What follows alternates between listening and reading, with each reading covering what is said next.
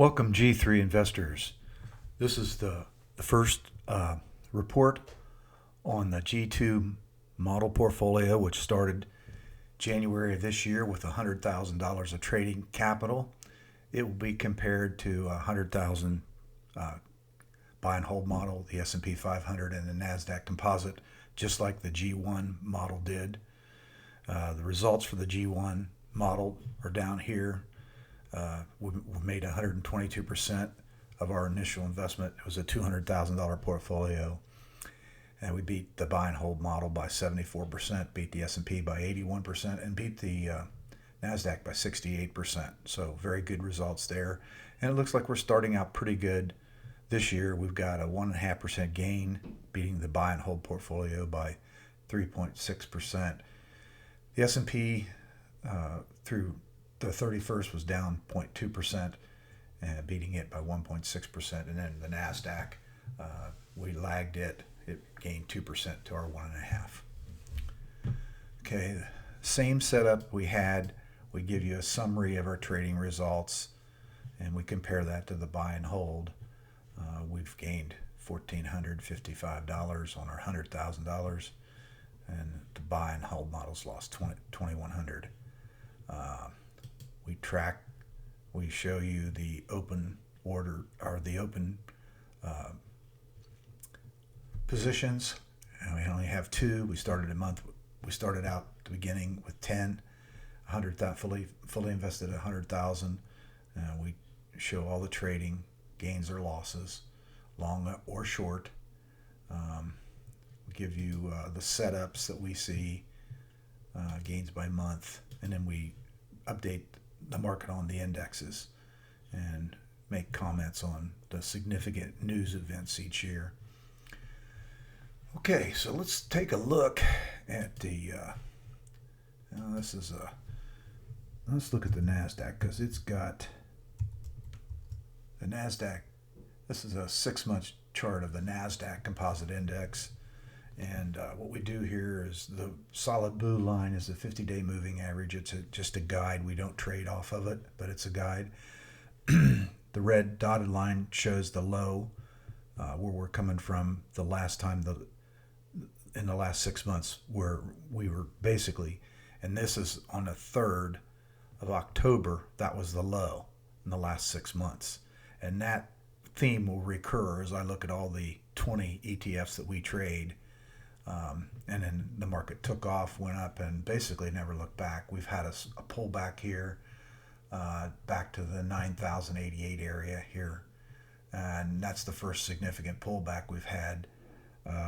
It's about a 3.7% pullback. The S&P 500 the same. Some of the other indexes are 4% or so. So it all varies. So let's get started. Let's take a look at the semiconductor index, which is one of the ETFs that we trade. And again, it looks very similar. We had our low here on the 3rd of October, took off, had a little bit of a pullback here, but this one pulled back a little bit harder. Now this is the 31st here, and it pulled back to 136.96, and that's where we put our green line.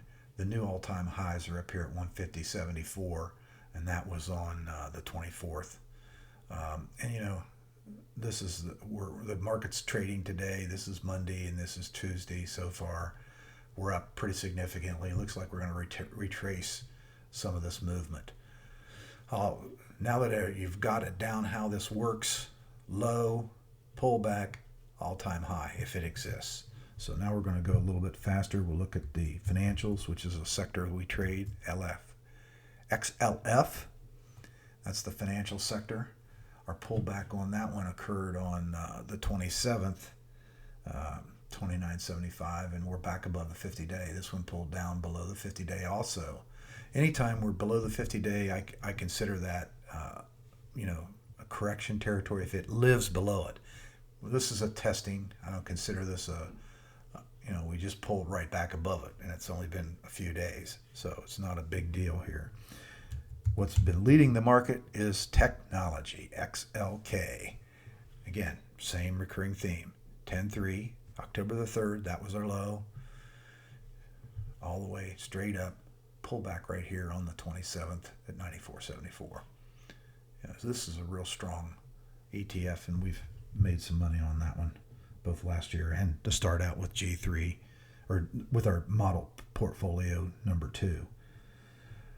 Okay, XLE. This is energy, the energy sector, Exxon, Mobil, all those guys. And this one, we don't have a blue line on here because I don't know the last time it hit its all-time high, but we've made new lows. And we had this was a high back here. We've had a lower high, higher high. Now we're going, and we've dropped down. So we're in a bear market on this one. And the new low is on the Monday, the 3rd, 52.55. So we wouldn't be interested in that one until it gets back up in this 56 area. And it may do that. You never know. XLY, consumer discretionary. Same look, 10.3 back here. Pulled back on the 27th to 122.99, and now we're at new all-time highs. So we would be getting back into this one. Probably got into it on the Monday, but I was just showing you results through January 31st. January 31st. Okay, so that's XLY. Let's look at the healthcare sector. XLV, another one. Back down below the same thing on the 3rd, new all-time highs.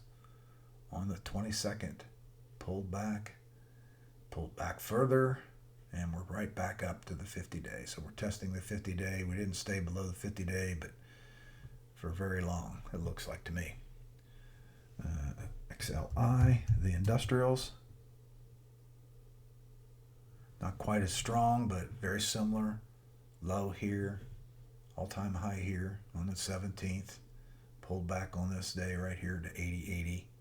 And we're kind of just going sideways on this one.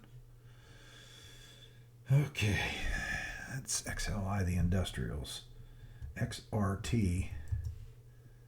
This is another one that hasn't been very strong. Pull back here on the 3rd. Had a new high here. That blue line there is that's the start of the portfolio on January 2nd, 2020. And we pulled back here below, and we're still living below the 50-day on that one, so I wouldn't be interested in that one unless we get up here into the 46.50 range for retail sales. Don't expect that to move there. Material sector. This one, very similar move. The low was here on the 3rd. Went up, didn't make a new all-time high, but made a high here on the 2nd of January, and then we pulled back, and we're basically living below the 50-day. So that don't look too hot either. Wouldn't be interested in getting in that one. Now let's look at housing. Yeah, a little bit stronger. Not much, but way back here when we had our low.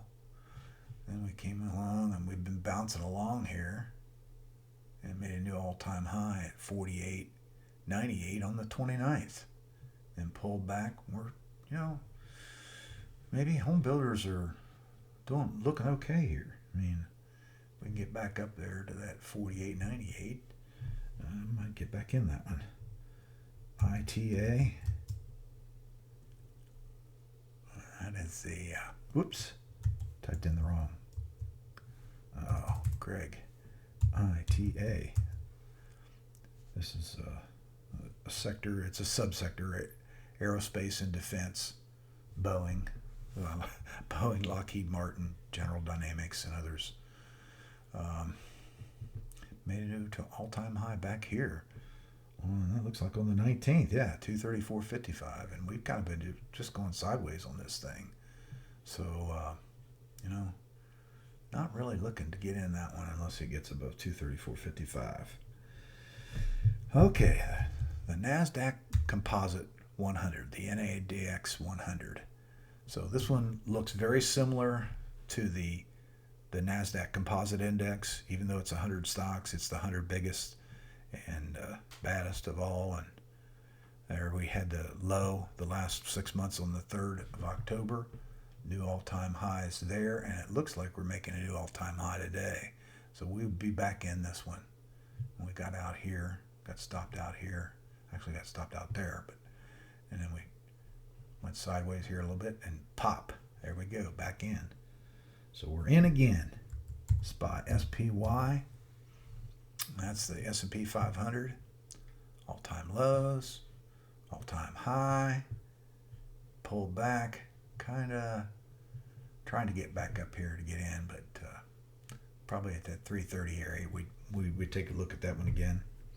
The IWF, this is the Russell 1000 Growth Index, which I love to trade compared to the Russell 2000, because this is the best 1000 stocks in the Russell Index, and we do really well with that. So here we go, loop-de-loo, and same thing, new all-time high there at on the 24th, I think it was, yeah. No, yeah. Oh, cancel that. Cancel. What is this thing trying to do? Computers. Sorry about that, folks. All right. Let's look at IJK. Yeah. Pulled back below the 50-day. Pulled back up here. Probably get in at about 243. IJT. That's the mid-cap 400, and IJT is the small cap 600. I like to trade that one. Again. Do we have a new all-time high on that? No, we did not have a new all-time high on that one. That one, the all-time high was 209.28. Same with the transports. We never made a new all-time high on that one either. So they're weaker. I'll still trade them, though. We do have a position in gold. And it looks like we're going to get stopped out. And we did get stopped out today. So we had probably a slight gain in that one. Not much. So there you have the market, what it looks like. I would like to take, oh boy. Well, I'd like to take a look at, but somehow I can't do it because I got stopped out of my, I had the FinViz. But basically, what I would just be saying that if we were looking at the S&P 500 and the stocks that are making, it's the same one. It's Facebook, Amazon, Netflix, Google, Microsoft, Apple, and to a much lesser extent, Nvidia. Those are the stocks that are still ruling the market. They did for the 3 years that we followed it on model portfolio number 1, and they're doing it now as well. So this is Greg Gallagher with G3 Investors saying good trading and good luck.